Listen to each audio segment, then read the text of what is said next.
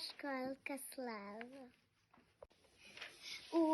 Uskliknimo s ljubavlju, svetitelju Savi, srpske crkve i škole, svetiteljskoj glavi.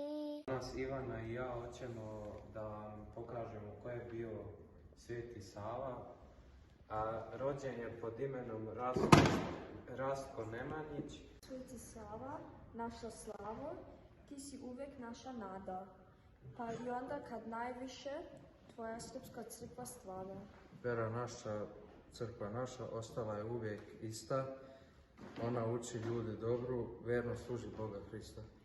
I Srbi su tvoji isti, tebe slave, tebe vole i Gospoda svoga služe i njemu se uvijek mole.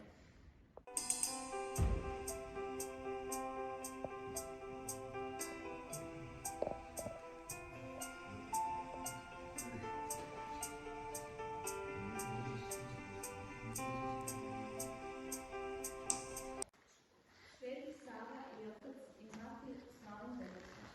Doneo je otac i mati malo novorođeno dete u crkvu Svetom Savi i zamolili ga da dete blagoslovi i da mu da sreću. Sveti Sava, nam može blagosloviti našeg sina Mihajla. Ja ću ga blagosloviti kao što je Isus blagoslovio svu djecu. Vi roditelji morate ga da čuvate, da vaspitate, da ne krade i da čuva svoje zdravlje.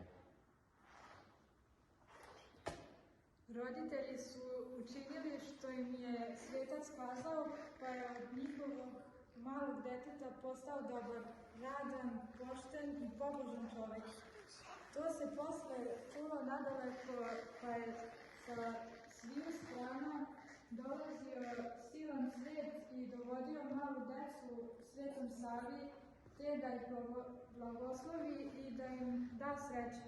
A Sveti Sava svima je odgovarao kao i onima prvima.